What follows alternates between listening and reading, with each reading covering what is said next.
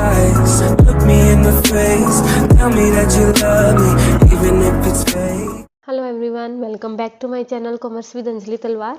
सो आज हम अपना माइक्रो इकोनॉमिक्स का चैप्टर 8 स्टार्ट करेंगे, जो कि है कंसेप्ट ऑफ कॉस्ट।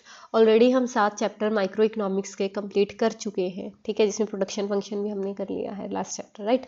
तो आज हम स्टार्ट करेंगे कॉस्ट। तो कॉस्ट को जो चैप्टर है हम 3 क्लासेज में कवर करेंगे। पहला कंसेप्ट ऑफ कॉस्ट जो आज की क्लास में कवर करेंगे, then short run cost production, इसमें हम फिक्स्ड कॉस्ट मतलब टोटल कॉस्ट, एवरेज कॉस्ट और मार्जिनल कॉस्ट तीनों के बारे में पढ़ेंगे विद टेबल एंड फिगर, और लास्ट में इनका रिलेशनशिप पढ़ेंगे आपस में। तो 3 क्लासेस में ये चैप्टर भी आपका कवर हो जाएगा। सो स्टार्ट करते हैं आज की class with the meaning of cost. Cost होता क्या है? देखो, कॉस्ट होती है लागत। लागत मतलब कि जितना खर्चा आ रहा है, ऑब्वियस सी बात है ना, कॉस्ट तो हमारा खर्चा हुआ कि एक चीज़ को प्रोड्यूस करने में, प्रोडक्शन के टाइम पे मेरे जितना खर्चा आ रहा है, कॉस्ट वही हुई एक्सपेंडिचर, है ना। सो कहता है in order to produce goods a firm needs input. So 2 तरह के इनपुट्स होते हैं, फैक्टर इनपुट्स और non factor inputs. Factor inputs मतलब लैंड, लेबर, कैपिटल, एंटरप्रेन्योर, और एक होते हैं नॉन फैक्टर मतलब रॉ मटेरियल। कॉस्ट का मतलब क्या होता है? देखो, expenditure incurred by a producer on the factor as well as non factor inputs of a given output of the commodity. तो दोनों पे, चाहे फैक्टर इनपुट है चाहे नॉन फैक्टर इनपुट, आप लिख सकते हो टोटल इनपुट में जितनी एक्सपेंडिचर एक प्रोड्यूसर लगा रहा है वो उसकी क्या है बेटा? कॉस्ट है। Okay, so cost refers to the expenditure incurred by a producer on the factor as well as non-factor inputs for a given output of a commodity। तो वो क्या हुई? कॉस्ट हुई। अब कॉस्ट कितने तरीके की होती है? वैसे तो हम आगे टोटल, एवरेज और मार्जिनल ही पढ़ेंगे मेन तो, लेकिन इसके अलावा एक्सप्लिसिट कॉस्ट और एक इम्प्लिसिट कॉस्ट भी होती है। नाम से क्लियर हो रहा है, एक्सप्लिसिट मतलब बाहर से। जब हम कोई भी चीज़ को बाहर मार्केट से हायर करते हैं, फैक्टर, किसी भी फैक्टर को मार्केट से हायर करते हैं और उसके लिए उसको जो है वेजेस या रेंट वगैरह जो भी है उसका देते हैं, तो वो क्या एक्सप्लिसिट कॉस्ट है। लेकिन वहीं पे अगर सेम चीज़ मैं अपने ही घर से यूज़ कर लूँ, कोई चीज़ मेरे पास पड़ी थी, मेरा घर का खुद का घर पड़ा था, तो मैंने वो चीज़ किया, तो मुझे रेंट देने की जरूरत नहीं पड़ी, तो वो मेरे लिए इम्प्लिसिट कॉस्ट है। ठीक है, देखो, so all inputs may not be purchase from the market. A producer may use some self owned inputs.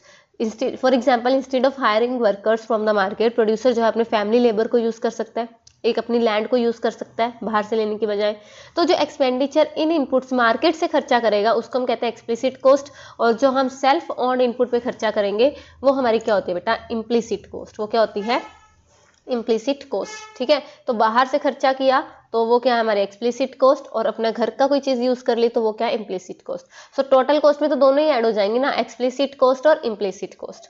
ठीक है, सो इन इकोनॉमिक्स कॉस्ट को हम हमेशा अपॉर्चुनिटी कॉस्ट मेजर करते हैं। अपॉर्चुनिटी कॉस्ट क्या होती है कि बेस्ट, नेक्स्ट बेस्ट अल्टरनेटिव को यूज करने के लिए मैंने जो सी अपॉर्चुनिटी गवा दी वो क्या है? मेरी अपॉर्चुनिटी कॉस्ट। ये पढ़ा है ना हमने, है ना। So we know that opportunity cost and activity is measured, wait for ये क्या हो गया? ठीक है, we know that opportunity cost and of an activity is measured in terms of total sacrifice involve in undertaking that activity. उस activity को करने के लिए मैंने जितने भी सेक्रीफाइस किए हैं वो सारे क्या? अपॉर्चुनिटी कॉस्ट है ना। सो वही चीज आगे 2 तरह की कॉस्ट है, एक्सप्लिसिट कॉस्ट और इम्प्लिसिट कॉस्ट ऑफ प्रोडक्शन। तो इसके बारे में हमने मेन पढ़ना है। इसका डिफरेंस क्या है? देखो, so cost is equal to opportunity cost. यहाँ पे जो मेन कॉस्ट लेके चलेंगे वो अपॉर्चुनिटी कॉस्ट को कहते हैं। 2 तरह की होती है, एक्सप्लिसिट कॉस्ट और implicit cost. Explicit, opportunity cost of hiring और purchasing inputs from the market, for example payments made by the firm to others for hiring और purchasing inputs from the market. और implicit, opportunity cost of using self owned input. यहाँ पे input अपना खुद का use कर रहे हैं तो उस पर जो कॉस्ट उसकी बनती थी लेकिन हमें पे नहीं करनी पड़ी, वो इम्प्लिसिट। ठीक है, so market value of self owned inputs in the next best alternative use. ये बात समझ आई? तो इनका डिफरेंस देख लेते हैं। एक्सप्लिसिट क्या है? It is opportunity cost of purchasing inputs from market, और it is opportunity cost of using self owned inputs. It is measured in terms of cash payment that a firm makes to other for the purchase of inputs. It is measured in terms of imputed, क्योंकि हमें payment तो करनी नहीं, हम सिर्फ impute करेंगे, calculate करेंगे या एस्टिमेट करेंगे ऑफ द सेल्फ एम्प्लॉयड या self owned resources. For example, wages paid to workers या electricity bill, estimated rent on entrepreneurs own building, estimated interest on entrepreneurs खुद की कैपिटल अगर उसने लगाई है।